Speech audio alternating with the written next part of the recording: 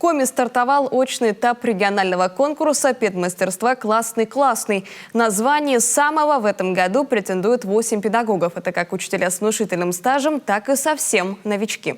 Им предстоит показать навыки и знания в 2 испытаниях, продемонстрировать фрагмент классного часа и представить проект на определенную тему. В первом заочном этапе приняли участие 24 классных руководителя из 10 муниципалитетов. Работу конкурсантов оценивать приходится дистанционно. Опять-таки из-за пандемии. Елена Кононова передает атмосферу.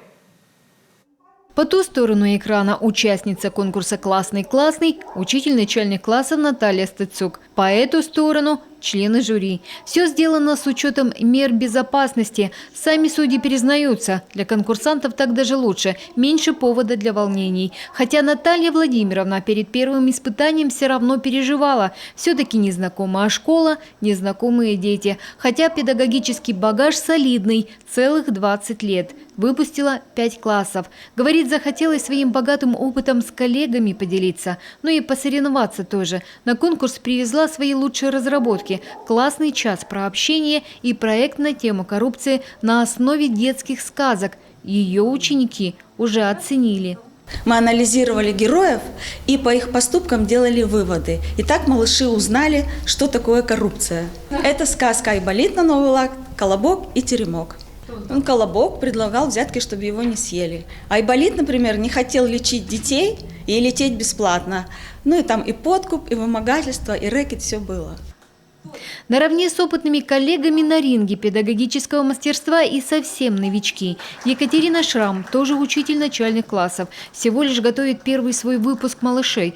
Тем не менее, решила попытать свое счастье. Все лето готовилась к первому этапу конкурса. Разрабатывала программу развития классного коллектива, создавала сайт. Теперь предстоят испытания посложней. Для классного часа педагог из Зеленца выбрала проблему вселенского масштаба. Сейчас экология – это в первую очередь, по всем новостям все равно обсуждается. Проблема у нас глобальная на самом деле.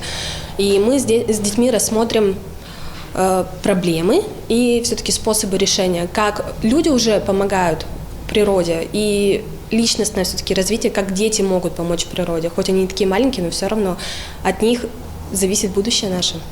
Впрочем, как говорят опытные коллеги, стаж не показатель профмастерства. Главное – творчество, драйв педагогический. И в бой за звание самого классного вступили те, кто живет детьми и любит их, как своих. Впрочем, у членов жюри свои критерии оценок. В первую очередь компетентность, в вторую очередь четкость, лаконичность, краткость, ну и, конечно же, соответствие федеральным государственным образовательным стандартам и современным требованиям программы воспитания. На классный час дается 30 минут, на проект всего 10. И в регламент надо уложиться. Состязания затянутся на целых 2 дня. После испытаний конкурсантов ждет беседа за круглым столом о самом главном – патриотическое воспитание детей, проблемы и перспективы. Имя победителей будет уже известно 23 октября. Кроме наград и подарков, их ждет сертификат на курсы повышения квалификации. Елена Кононова, Олег Костромин, телеканал Юрган.